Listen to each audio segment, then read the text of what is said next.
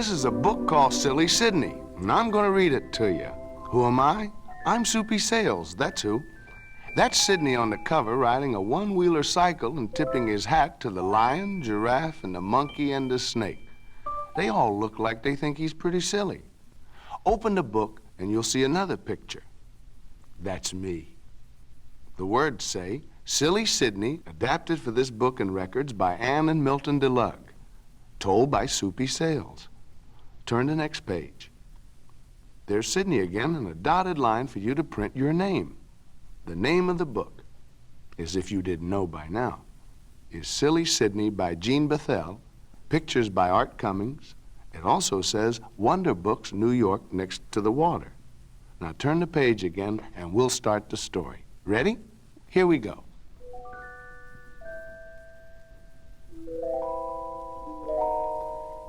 Sydney was an elephant, a silly, unhappy kind of elephant. He would rather have been an automobile or a Boy Scout knife or a slide trombone. Anything but an elephant. When he looked at himself in the water, tears came to his eyes. Nobody likes me, he sobbed. I'm so big and fat and clumsy. I've a long, funny nose and big, flappy ears. No wonder nobody likes me. I don't like myself. Turn the page. Sydney, said the monkey, we like you even if you are fat. He's right, said the tiger. It doesn't matter if you're funny looking. I agree, said the giraffe. Who cares if you're clumsy? The lion looked on from over the hill. This is a strange way to comfort an elephant, he thought. Better they should bring him some peanuts. He was right. Sydney was not full of comfort. He was full of tears. I hate being an elephant, he bawled. I wish I were someone else.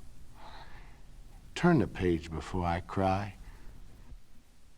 Suddenly a strange voice squeaked. A wish? Did I hear someone make a wish? Sydney's ears flipped. There was a sweet little old lady elephant smiling down at him. Sydney, I'm your fairy godmother, she said. I didn't know elephants had them, did you? I can make all your wishes come true. Great, said Sydney. Start right now. I'm tired of being fat and clumsy. Make me a graceful little bird. Hey, turn the page. This is going to be some trick.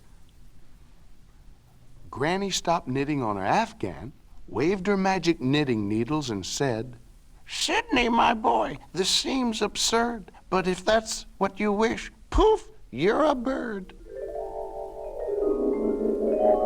All kinds of strange things started to happen to Sydney. Whoosh! He flew apart. His trunk turned into a tiny beak, and his floppy ears became soft, feathery wings. And you know what?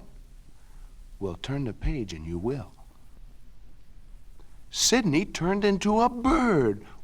Whee! This is the life, he chirped as he zoomed above the trees. Look at me, I'm flying. But just then a great big buzzard swooped down.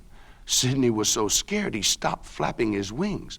And that's what saved him. Before the buzzard could turn and grab him, Sydney plopped down safe on the ground. But before he could catch his breath, there in the grass was a hungry tiger getting ready to spring at him. Sydney flapped and flipped his wings and... Turn the page, I can't wait. Sydney yelled, Fairy godmother, help! I don't want to be a little bird. It's very dangerous. I wish I was a big brave lion so I won't be afraid of anything. Sydney, Sydney, his fairy godmother said as she appeared again. Another silly wish? Then she waved those knitting needles again and squeakily said, Sydney's tired of flying, so poof, without half trying, Sydney, you're a lion. And whoosh, again Sydney flew apart. This time his feathers turned to brown fur, and before you could say fiddle-dee-dee, hey, turn the page and we'll see. But where is he? The picture is a lion. Oh, let's read the words and find out. Wow, roared Sidney. I'm a lion. I'm strong and handsome and king of the jungle. Roar. I'll have a lot of friends now. But what do you think? Poor silly Sidney. He looked so scary as a lion that all the other animals ran away from him and hid. They didn't even stop to say goodbye. Oh my. If you turn the page fast, we'll find out how long Sidney Lion will last.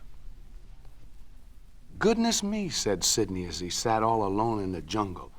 A lion has no friends because he's so big, and a bird can be scared because he's so small. I wish I knew how to be popular. Poof! As soon as Sidney said wish, his fairy godmother appeared and tapped him on the shoulder with her knitting needle. Are you still making wishes? She asked. I sure am, said Sidney. I'm lonely, and I wish I had a lot of friends. Now that's what I call a smart wish, said the SLOL. That's short for sweet little old lady. And she waved her magic knitting needles. Turn the page. Whoosh! Sidney felt himself changing again, but this time it felt good. Hi, friend, said the giraffe. We've missed you, buddy, said the tiger. Let's have a welcome home party, said the monkey. Even the lion smiled. My goodness, said Sidney, I'm so popular. I wonder how I look this time. He hurried to the pond to see himself in the water. Guess what he saw? Turn the page. You guessed it. There was silly Sidney himself. Big floppy ears, long trunk, and all right back where he started. Thank goodness, said Sidney. At last I know how to have friends. Just be myself. That's all there is to it. It's easy, Sidney said. Just listen. Ready to listen? Turn the last page and here we go.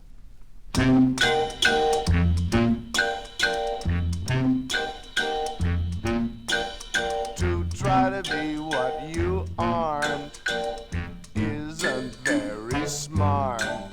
If you try to be happy with who you are and you try to be happy with what you do, you'll have a lot more fun and you'll have a lot more friends, and you'll see that what I say is true. That the most enjoyable thing you can be is you.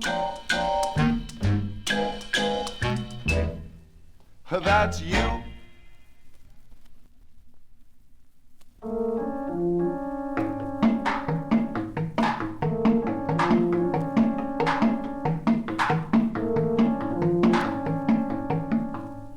Did you ever ride in a bus that sounds like this?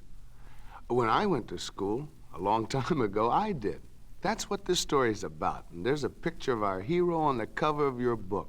He's a yellow, rickety old school bus going down the road full of boys and girls. The yellow words on top say, the Bingity-Bangity School Bus. And the little red sign on top of the bus says, you guessed it, school. Looks pretty old, doesn't he? Well, open the book and look at the first page. That's a picture of me.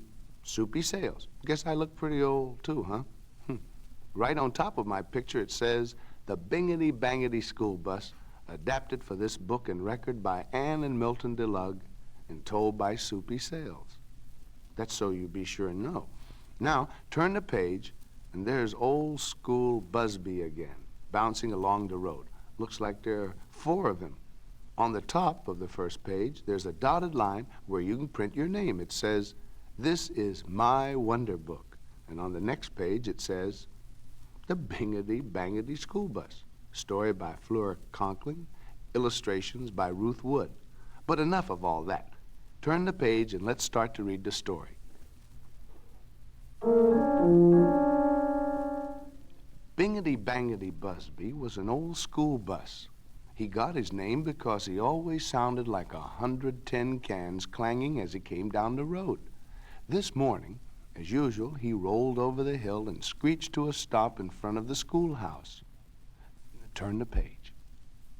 The policeman at the school crossing held his nightstick behind his back, and as the children scrambled out of the bus and hurried into school, he said to Joe, the bus driver, "That old bus sounds like it's ready to fall apart." "Busby is about ready for the junkyard," Joe agreed. "Nobody wants to bother to fix him up." Poor Busby heard what they said. Look how sad he looks. "Everyone must be ashamed of me," he sputtered. "Maybe even the children don't like to ride in me." Then he got mad. "I'm not ready for any old junkyard. I'll show them. I know what I'll do." Hey, what will Busby do? Turn the page and we'll find out. "I'll run away, that's what." And sure enough, Busby, who was parked on a little hill, loosened his old brakes and went rolling away. "Goodness gracious," said the teacher as she wiped her glasses excitedly. "Look at old Busby," yelled Joe to the policeman. And the children all shouted, look at Busby go. He's running away." "Stop," called the policeman. But Busby picked up speed and kept right on going. Well, I guess there's one old bus who's got a mind of his own. Turn the page and let's see what happens. Everyone was too surprised to move, except the policeman, of course. He rushed into the drugstore on the corner and phoned headquarters. "School bus running away. Last seen heading down the hill towards the highway. Send help right away." By now, Busby picked up speed and was zooming around the corner on two wheels. "Quick, turn the page or we'll not be able to keep up with him." There he goes, bingity-bang over the bridge and around a big curve. "Boy, I'm really flying now," Busby thought happily as he flipped his fenders gaily. He was smiling as a bird flew by, but he was going too fast. "Watch out, Busby!" Turn the page, maybe he heard us. Oops, I guess he didn't. Poor old Busby, he shouldn't have flipped those fenders so much. The wind put him off balance. Though he tried to stay on the road, he just couldn't. He spun around and tumbled over a steep bank. He rolled over and over, landed right smack in the middle of a field of yellow goldenrods. It was terrible. Busby was all shook up. He cried and sniffled, and on top of all that, the goldenrods made him sneeze. "Achoo! I know I'll never see the children again," he snuffled. But there was something Busby didn't know. Turn the page and you'll see. While Busby was sniffling and sneezing in the field of goldenrods, all the children rushed to see the chief of police. "Please help us find Busby, please, please," they all begged. No wonder the chief of police doesn't look happy. "What more can I do?" he pleaded. "I've sent out all the motor police. If they can't find him, who can?" "We can. We know we can. Please let us come and help," shouted the children. Turn the page and let's see if they can. There was Busby. The children had searched and searched, and finally they heard a little sob. And when they looked down among the fields of goldenrod, there he was. He was bent and slightly lopsided.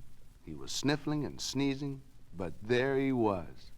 Quickly, the children slid down the bank and ran into the middle of the field. The chief of police and Joe followed them. Everybody cheered. "Here he is, good old Busby." I'm glad they found Busby. Turn the page. "Whatever would we do without Busby?" everyone said. "He's really a good old bus," said the older people. "It's time we fixed him up like new. Let's have a town meeting and see if we can vote to get the money to paint him and straighten his fenders and polish him up from head to toe, or rather from headlight to tail light." And they did. Everyone voted yes, and so the tow truck came from Dick's garage and pulled Busby out of the field to the big garage. Turn the page and let's see what Busby turned out like. There he is. He's as good as new.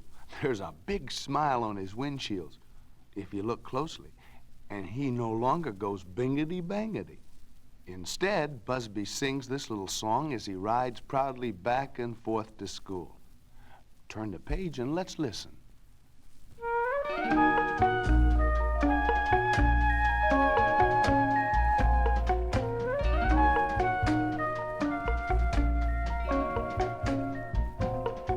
There may be times when you're feeling blue, no happiness to fill your cup. Just hold your head high, whatever you do, and don't ever, no, never give up. There may be times when you're feeling low and nothing goes right somehow. To reach your own star is a long trip, you know, so you'd better get started right now.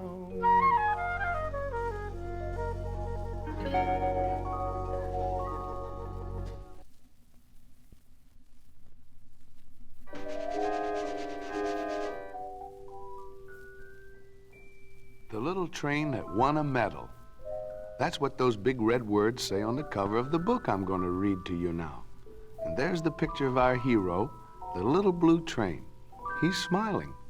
I'm Soupy Sales, and if you open the book, you'll see my picture. I'm smiling too. On top of my picture, it says, "The Little Train That Won a Medal," adapted for this book and record by Ann and Milton DeLugg and told by Soupy Sales. Now turn the page again, and oh, there are two pictures of the little train. Under the first one, there's a box. Inside the box, it says, "This is my Wonder Book." And there's a dotted line upon which you can print your name if you can. Over the next picture, it says, "The Little Train That Won a Medal" by Darlene Geiss, illustrated by Anton Loeb. Under the train, it says, "Wonder Books, New York." Okay, let's turn the page and begin. "Toot, toot," said the little train. "Come on, let's go." The conductor knew that the little blue train was getting impatient, so he shouted, "All aboard." One late passenger ran very fast to get on board, and then with a puff of smoke and a merry chug-chug, the little blue train rang his bell and clickety-clack started down the track. Turn the page and let's follow him. Woo!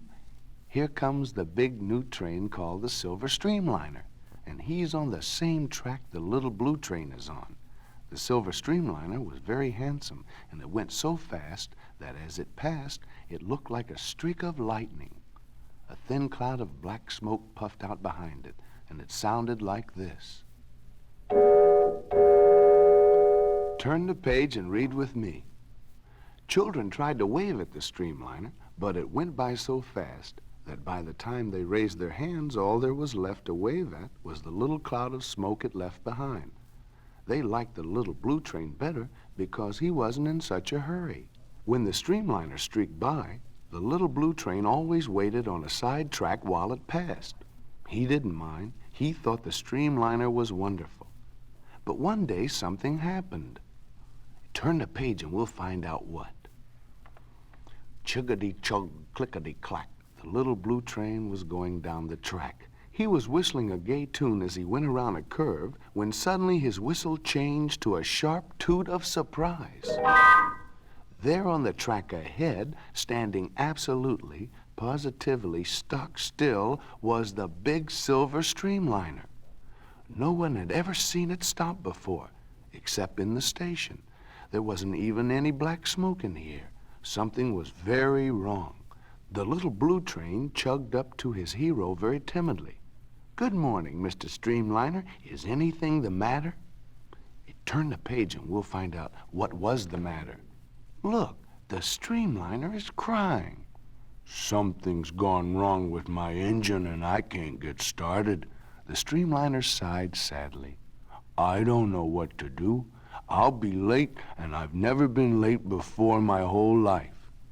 The children gathered around the two trains and watched. The streamliner paid no attention to them, but the little blue train smiled at them. "I have an idea," he said. "I'll run back to the station and get someone to fix you." "Forget it," snorted the streamliner. "You're such a slowpoke, it will take you all day." "I have another idea," piped the little train. "I'll push you." "You'll what?" snorted the streamliner. "Isn't that a laugh?" He snorted at the children. "He's going to push me. Ho, ho, ho." But the children didn't laugh. They thought it was a super idea, and they cheered. Well, now, isn't that the way it always is? A new idea, and some people always poo-poo it. Not that the little train's idea is so great, it's not as if he invented pizza pie or something, but it's a simple, practical idea, at least good enough to try. Now let's turn the page, and we'll be ready to read the rest of the story. Oh boy, look at him trying to push the big streamliner. Whew! Let's read the words. The streamliner looked at the children as they cheered and then growled to the little train. "Well, all right, you can try to push me if you want to, but I don't think you can make it." The little blue train wasn't so sure he could make it himself, but he had to try. So with a chuggity-chug and a clickety-clack, he rang his bell and started down the track. Bump! He crashed right into Mr. Streamliner, but he didn't budge him, not an inch. He was very sad. Maybe it wasn't such a good idea. Turn the page. But all the children shouted, "You can do it, little blue train, you can do it." And they brought buckets of coal and water and filled the little train's engine. "Come on now, little train," they shouted. "Try again. You can do it." So the little train tried again. You remember this, don't you? With a chuggity-chug and a clickety-clack, he rang his bell and started down the track. The children cheered. Even the streamliner growled, "Come on, little blue train. Maybe you can do it." Maybe he can. Turn the page and let's see. The little blue train took a deep breath.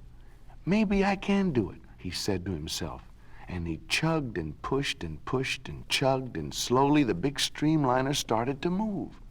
"Hip, hip, hooray," shouted the children as they waved their hands. "Hip, hip, hooray," snorted the streamliner as the little blue train pushed him down the track, and pretty fast, too, because they didn't have to get out of the way for anybody. Soon they got to the station, and the streamliner turned to the hot and tired little blue train and said, "Thank you, my friend. That's the nicest ride I ever had. You saved me from being late. Thank you." It worked. Turn the page. Then he took off the big silver disc on his side that spelled Streamliner in large letters and gave it to the little blue train. A little girl tied it around the little train smokestack with some red ribbon so it looked like a medal, and the little blue train blushed with joy.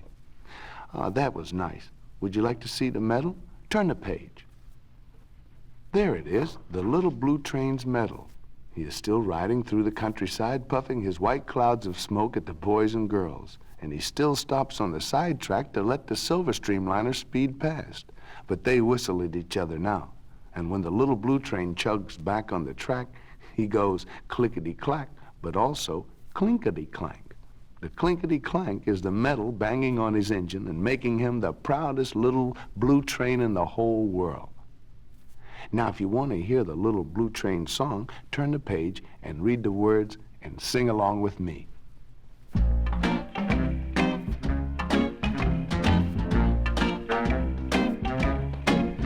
You can do it. You can do it. You can do it if you try. If a bird were scared to flap his wings, he would never learn how to fly. You can do it. You can do it if you just put your mind to it. You can do it. You can do it. You can do it if you try. If Johnny Appleseed got tired and quit, we would never have apple pie. You can do it. You can do it if you just put your mind to it.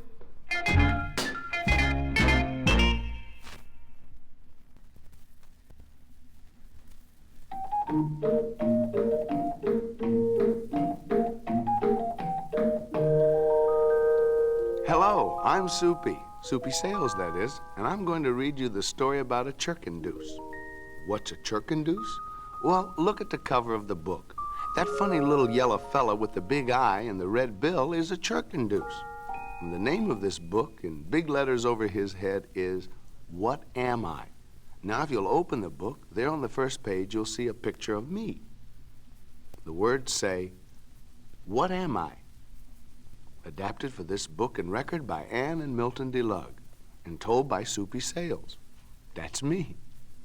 Turn the next page. On one side is a place for you to write your name, or print it, if you can, over the dotted line. It says, This is my wonder book. On the other side, the words say, What am I? Again, by Ben Ross Berenberg. The pictures are by Dellan Cunningham, Wonder Books, New York. Now turn the page again, and while you look at the words on the yellow page, I'll sing you the chirkendoose song before we start the story. The music is by Alec Wilder. Here we go. Does the pear tree say to the apple tree, I hate you 'cause you're not like me? Does the green grass ask the sky so blue, I'm green, why aren't you green too? A rose smells sweet 'cause it's a flower. An onion tastes strong. A pickle is sour. They're different yet they get along. And no one seems to think it's wrong. Must I be a chicken or a goose? Can I be a chirkendoose? You know, the moo cow says, look, I give milk. The silkworm answers, I make silk.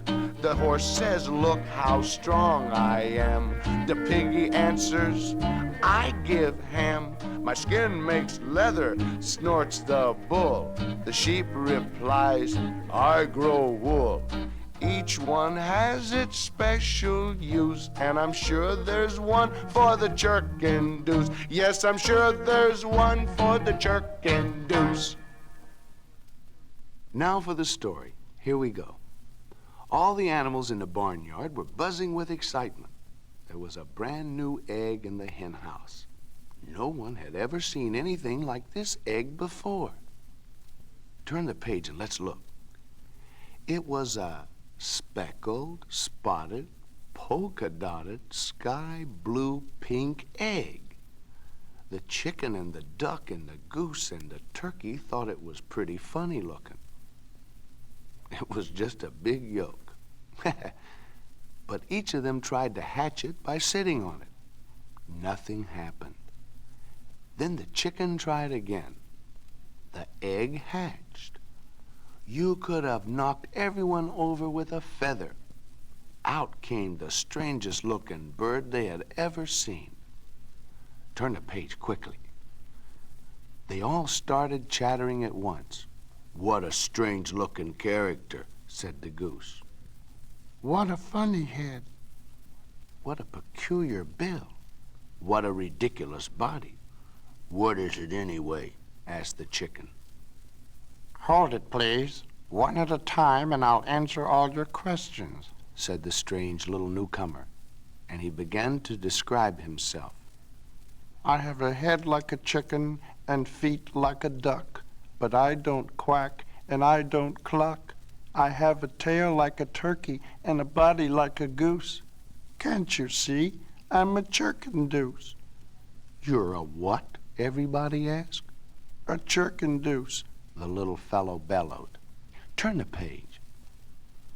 You sure talk funny, said the chicken. The chirkendoose flapped his wings and said, I don't talk all the time, but when I do, I talk in rhyme. Walk over here where I can take a good look at you, ordered the goose. The chirkendoose smiled and said, I don't walk or hop or prance, but if you hum a tune, I'll go into my dance. And as the poultry quartet hummed, Turkey in the Straw, his little web feet went tappity-tap on the henhouse floor. He was great. But suddenly the rooster stormed into the henhouse and angrily walked around the little chirkendoose. Look at you, he crowed. You're too little to be much of anything, and you're too ugly to even look at. What good are you anyway? The frightened Chirkendoos answered in a small voice. I would tell you if I knew, but I still have some growing to do. Poor Chirky. Turn the page. But you can already tap dance, said the goose. And you know how to recite poetry, said the turkey. He must be dangerous to know so much so soon, said the rooster. Let's chase him off our farm, screamed the others. Get him out of here. But the chicken shouted, No, no, listen to me. They all quieted down. Let's not be hasty, she said. After all, this is important. Let's sit down and talk it over before we do anything we'll be sorry for. Okie dokie, said the turkey. But the Chirkendoos will have to wait outside the hen house. Well, these birds sound like some children I know, always worried about something or someone new. Now, before I tell you any more, you have to turn the page and we'll see what happens. Did you turn the page? There's a picture of poor little Chirky. He seems to be crying as he looks at himself in the water. Now let's read the words. Sad little Chirkendoos tap-danced out of the hen house, danced over to a rain puddle, and looked at his reflection in the water. I was right. As the tears rolled off his bill, he thought, Can it be that I am such a sight, that when others see me, they take fright? Though I can see what they meant when they said my legs are bent. Am I ugly? No, I'm just different. 'Cause it depends on how you look at things. It depends on how you look at things. Is a baby chimpanzee any prettier than me? Well, it depends on how you look at things. An alligator's not a thing of grace, and a camel hasn't got a lovely face. Though I'm not pretty front or rear, and I only have one ear, am I ugly? No, just a little queer. 'Cause it depends on how you look at things. It depends on how you look at things. Are the hippopotami any handsomer than I? Well, it depends on how you look at things. Turn the page. As he was sniffing back his tears, he heard loud squawks and screeches coming from the hen house. Trouble, he thought as he danced his way back there and in through the door. There inside was a big red fox. Bigger than that. That's better. And the fox was leaping and snapping, trying to catch one of the birds. When the fox heard the Chirkendoos come tapping in, he jumped at the little bird. But when he took one look at him, he was so surprised that he sat down perfectly still and just stared.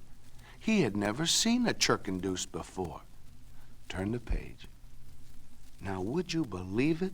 That fox became so frightened that he started to run backwards. He didn't take the time to even turn around. He ran so fast that he just took off and flew right out the henhouse window, backwards, so fast that it took his shadow 3 days to catch up with him. Now suddenly all was very quiet in the henhouse. After a while the rooster stuck his head out from under his wing and he whispered, "Has the fox gone yet?" Yes, answered Chirkendoos. he went that way. He's gone for good, I'm happy to say. Then all the birds gathered around the Chirkendoos. Turn the page. After a long pause, the rooster cleared his throat and said, "I'm very glad we didn't chase you off the farm, Chirkendoos, old boy. We're sorry we were so foolish. We hope you'll stay here and be our friend." Everyone else in the hen house agreed, including the 3 little mice. Chirkendoos agreed too. Now everything is peaceful down on the farm. They're all good friends. In fact, the other day the duck started to give the Chirkendoos swimming lessons. And do you know what else? Turn the page. The Chirkendoos is teaching the duck and all the other birds how to tap dance. Mostly they dance to a chicken reel, but they all agree with the Chirkendoos when he sings his song. It depends on how you look at things. It depends on how you look at things. Making friends can be a pleasure, 'cause a good friend is a treasure, no matter how you look at things.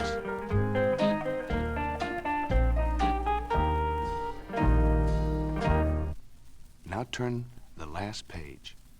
So, my friends, that's the answer to the name of this book, What Am I? I'm a chicken deuce.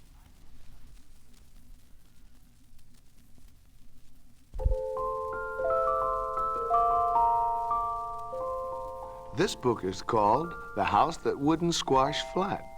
And that's what the words say on the cover. All the little animals are very proud of their house, and they are also on the cover. My name is Soupy Sales, and I'm going to tell you the story by reading the words in the book. And if you open the book, you'll see my picture. I can be squashed flat, but please don't squash me, at least until you read the story along with me, okay? The words say, the story adapted for this book and record by Anne and Milton DeLugg, told by Soupy Sales. Now, turn the page again and you'll see a little box with a dotted line. It says, this is my wonder book. And if you can, print your own name on the dotted line. In big letters it says, The House That Wouldn't Squash Flat. Story by Morel Gibson, illustrated by Angela. Wonder Books, New York. Ready for the story? Okay, turn the page again and we'll begin. In the forest there lived a very large and very foolish bear. His name was Mr. Bear Squash You All Flat. Do you know why? Turn the page and we'll find out why. This foolish bear loved to sit on things and squash them all flat. Mostly he squashed the little houses of other animals in the forest, the smaller ones. One day, Mr. Bear Squash You All Flat was feeling meaner than ever, and he clumpity-clumped through the forest until he came to the house of a little gray mouse. Uh-oh, here we go. Turn the page. I am Mr. Bear Squash You All Flat, he hollered, and I'm going to squash you all flat. And he did. Poor little mouse. He felt bad, but there was nothing he could do. Mr. Bear felt pretty good, and he went clumpity-clumpeting on through the forest until he came to the little chipmunk's house. I am Mr. Bear Squash You All Flat, he bellowed again, and I'm going to squash you all flat. And he did. Poor little chipmunk, squash, and no house. What a bear this boar is. What a bore this bear is, and mean, mean, mean. Oh, well, turn the page. Now, Mr. Bear felt a lot better, but he still scowled. He clumpity-clumped to a big hollow near a tree. There he saw Mr. Rabbit's house, and sure enough, that stupid squasher squashed it all flat, too. I wonder if that's all this bear can do. What a stupid. Then he clumpity-clumped away through the forest to take a nap. He had enough squashing for the day. Poor little rabbit cried for a while, and then he picked himself up and went to look for another place to live. So did Mr. Mouse and Mr. Chipmunk. Let's follow them. Turn the page. Right by the brook under the shade of a tree, there lay a great big old bus tire. This will make a perfect house. Mr. Mouse hung a no vacancy sign on it, and they all moved in. That's a funny place for a house, an old tire. Well, the chipmunk and the rabbit and the mouse must like it. They painted it. See the little pail of paint? By the way, no vacancy means there's no room for anyone. So our three little friends all moved in, and Mr. Stupid Squash You All Flat Bear is taking a nap. I wonder what will happen when he wakes up. Do you? Well, turn to the next page.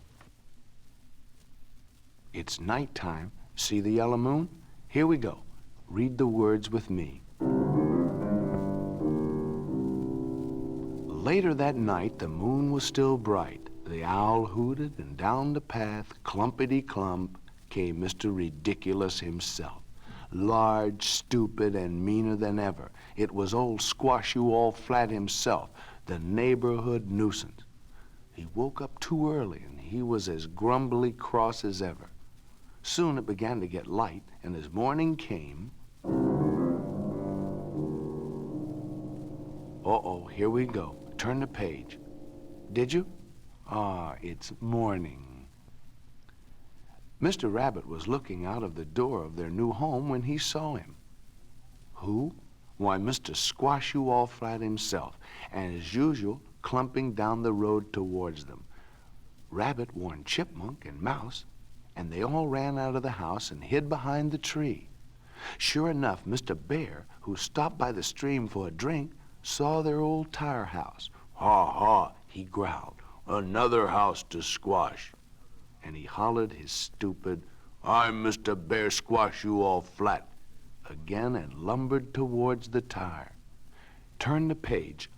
Plunk. Stupid Bear sat right on the tire house, and instead of a squash, he just bounced.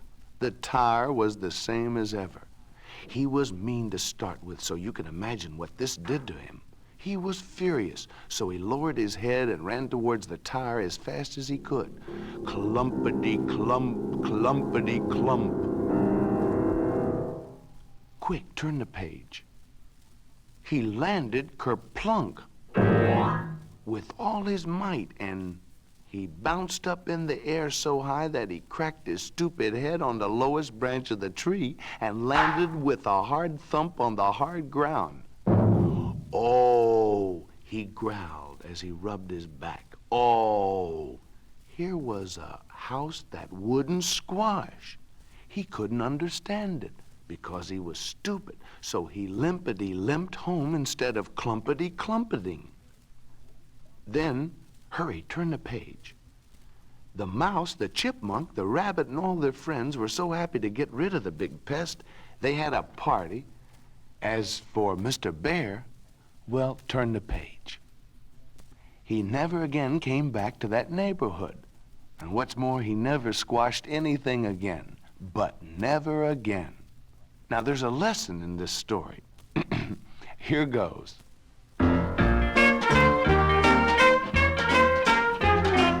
Never do anything to anyone that you wouldn't want done to you. Put yourself in the other guy's shoes. You wouldn't like it if he were to choose to treat you unkindly and give you the blues. It's no fun, shouldn't be done. It's not fair, it's nowhere. It's not nice, to be precise. Never do anything to anyone that you wouldn't want done to you. And that's that. Take a lesson from Mr. Bear Squash-You-All-Flat.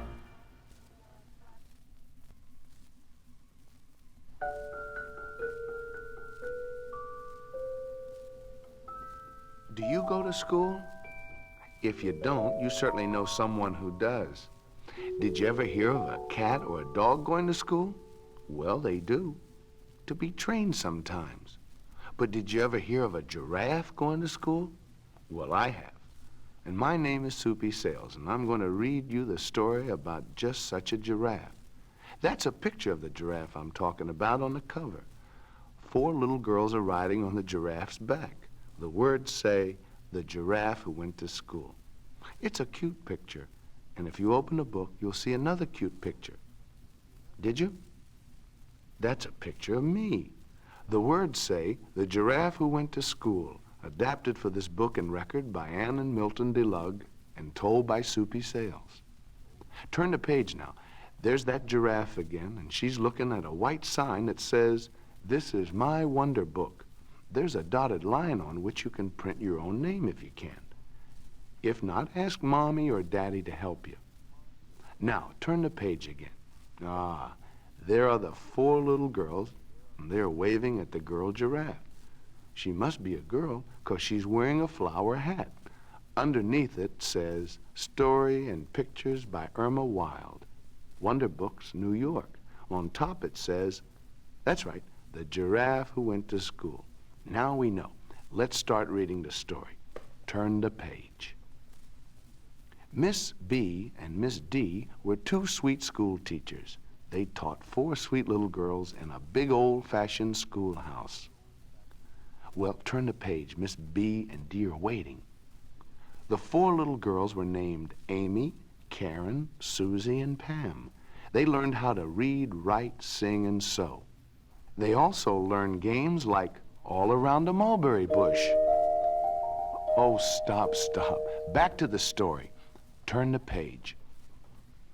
They learned how to curtsy and how to walk gracefully. Sometimes they accidentally learned to fall, but that wasn't quite so graceful. Now, very close to the school was a small zoo. They even had a giraffe there. Her name was Jeannie. Every day, Jeannie would peek over the trees into the little school and watch Amy, Karen, Susie, and Pam playing games and reading. Oh, how I wish I could go to school, too, sighed Jeannie the giraffe. I would try so hard to be so good. Now turn the page and read along with me. One morning, as Amy, Karen, Susie, and Pam were passing the zoo on their way to school, Jeannie the giraffe just walked right out of the zoo gate and followed them right over to the schoolhouse. Well, of course, the 2 sweet ladies were rather surprised. They had never seen a giraffe in school before. But the 4 little girls pleaded so hard that Miss B and Miss D agreed to let Jeannie come to school. After all, she was a girl giraffe and it was a girls' school. Now turn the page. The first thing every morning, the children stood up straight and tall and proud to sing America the Beautiful. But when Jeannie stood up, her head bumped the ceiling and she sang America, but not so beautiful. At reading time, everyone sat in their little chairs, but Jeannie just couldn't get comfy no matter how she tried. So she didn't learn very much, and neither did the 4 little girls. Miss B and Miss D were very sorry, but Jeannie would just have to go back to the zoo. But she'll miss the May Day celebration tomorrow and won't be able to dance around the maypole with us, cried the girls. Everyone was sad, especially Jeannie, as she slowly walked back to the zoo. Poor Jeannie, but I guess that's life, a giraffe's life, that is. Turn the page over, things get better. Look at all the pretty ribbons. The girls have made their maypole, and Jeannie the giraffe is nowhere in sight. Let's read and find out what's going on. Poor Jeannie. The next day, as she looked over the tall trees, she saw the girls gathering around the colorful maypole, and she wanted so much to be with them. The big tears rolled down her cheeks and her long neck and made quite a splash on the ground. But all of a sudden, a strong wind started to blow. It blew Miss B's and Miss D's ruffles and skirts. It blew the little girls' ruffles and skirts. Worst of all, oh my, turn the page. It was blowing the ribbons and flowers right off the maypole. In fact, it blew the maypole right out of the ground, and the maypole and the flowers and the ribbons all flew away. What a terrible thing to happen on May Day. Miss B and Miss D and all the girls cried. But Jeannie, who had seen all this happen, thought, I must help. I think I know how. She ran out of the zoo gate right into the garden of the school. Well, maybe all isn't lost. Turn the page. Quick, said Jeannie to Miss B. Gather more flowers. Hurry, said Jeannie to Miss D. Find more ribbons. I wonder what Jeannie the giraffe is up to. Turn the page. Jeannie told the girls her plan. Tie everything on my head, she said. I'll be your maypole. And the girls did just that, as you can see. They put all the ribbons and the flowers on Jeannie and danced around her and sang songs. Miss B and Miss D agreed that Jeannie was the best maypole they ever had. Turn the page. I think it will all work out just fine. And everyone agreed that even if Jeannie didn't belong in school, she was really very special in her own way.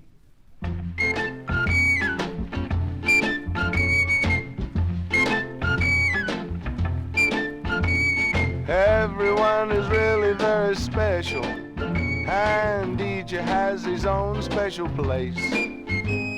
Everyone can really be a winner without ever having to run a race. Show the world what you've got.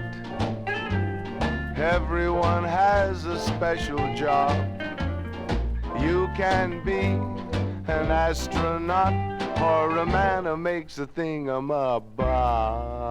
You might even be a great comedian who always tries to make the people laugh.